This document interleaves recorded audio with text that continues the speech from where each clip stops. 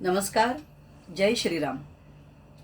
लोकसभा निवडणुका नुकत्याच पार पडल्या आणि या निवडणुकीच्या प्रचारादरम्यान देशभरातल्या विरोधकांनी एक चुकीचा नॅरेटिव्ह सेट करण्याचा प्रयत्न केला की मोदी सरकार संविधान बदलणार आहे. महाराष्ट्रातही या नॅरेटिव्हचा परिणाम झालाच. त्याबरोबरीतच मराठा आरक्षणासाठी खऱ्या अर्थाने शिंदे फडणवीस सरकारने पुढाकार घेऊन सकारात्मक पाऊल उचलले तरी सुद्धा विरोधकांनी हे सरकार मराठ्यांच्या विरोधात आहे अशा प्रकारची एक रचना या समाजात निर्माण करण्याचा प्रयत्न केला.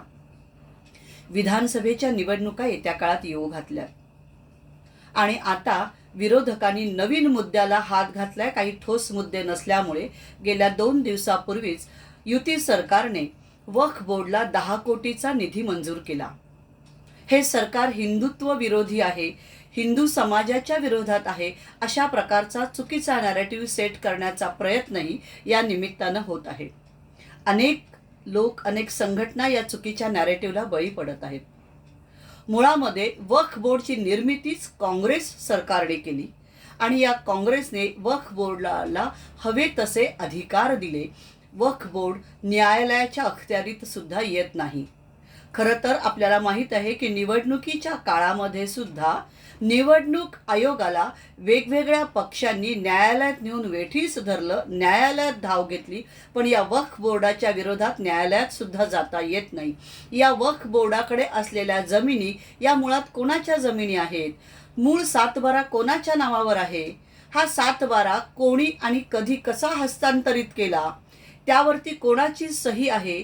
या सगळ्याचा कागद पुरावा सरकार दफ्तरी नाही आणि या 10 कोटीच्या निधीच्या माध्यमातून हा सगळा निधी या सगळ्याची रचना लावण्यासाठी आणि त्याची नोंद सरकार दफ्तरी करण्यासाठी आणि तुमच्या माझ्यासारख्या सर्वसामान्य जनतेला वक्फ बोर्डकडे असलेल्या जमिनी नेमक्या मूळ कोणाच्या आहेत हे पाहण्यासाठीही होणार आहे.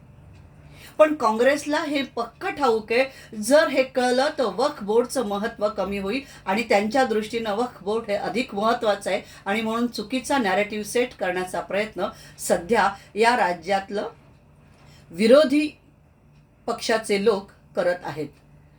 ज्या वेळेस या वक्फ बोर्डला निधी देणं अनिवार्य आहे, आधीच्या सरकारनेच ही घालून दिलेली नियमावली आहे, त्यावेळेस खऱ्या अर्थानं या महाराष्ट्राचे उपमुख्यमंत्री देवेंद्र फडणवीस यांनी निधी देताना त्यामध्ये विचार केला की या निधीचा वापर या सगळ्या नोंदी केल्या जातील आणि वक्फ बोर्डच्या सगळ्या जमिनी मूळ कोणाच्या आहेत त्याची सगळी माहिती घेऊन सगळे सातबारा शोधून त्याची नोंद व्हावी आणि त्या अनुषंगाने सगळी रचना लागावी. एक समजून घ्या, वक्फ बोर्ड खारिज झालं पाहिजे, रद्द केलं पाहिजे, तुमची आमची मागणी आहे, ती पूर्ण होईलच, पण त्यासाठी काही काळ जावा लागेल. आज वक्फ बोर्डाचं अस्तित्व आपण नाकारू शकत नाही. येत्या काळामध्ये आपल्याला वक्फ बोर्ड खारिज केल्यानंतर लोकांना जर त्यांच्या मूळ जमिनी परत द्यायच्या असतील आणि त्या जमिनी नेमक्या कोणाच्या आहेत, कुठल्या आहेत याची माहिती जर सरकार दफ्तरी नसेल तर सरकार त्या मूळ जमिनी कोणाला परत देईल? नाहीतर पुन्हा दुसऱ्याच कोणीतरी या जमिनी लाटल्याशिवाय राहणार नाही. वक्फ बोर्ड खारिज करण्याच्या दृष्टिकोनातनं आणि त्यांच्याकडे असलेल्या जमिनी सरकार दरबारी नोंद करण्याच्या दृष्टिकोनातनं महाराष्ट्रातल्या युती सरकारने उचललेलं हे अतिशय सकारात्मक पाऊल आहे. महाराष्ट्रातल्या तमाम हिंदू बंधू भगिनींना माझी विनंती आहे, सरकारच्या या कार्यवाही मागचा हेतू समजून घ्या. त्यांनी केलेली ही कृती तुमच्या माझ्या भविष्यासाठी किती हितावह आहे, कारण आपल्याकडे या चुकीचे नॅरेटिव्ह सेट झाल्यामुळे आज केंद्रातलं मोदी सरकार 272चा आकडा गाठू शकला नाही. विधानसभेमध्ये युतीचं सरकार कसं येणार नाही याचा प्रयत्न करण्यासाठी पुन्हा एकदा एक चुकीचा नॅरेटिव्ह सेट केला जातोय.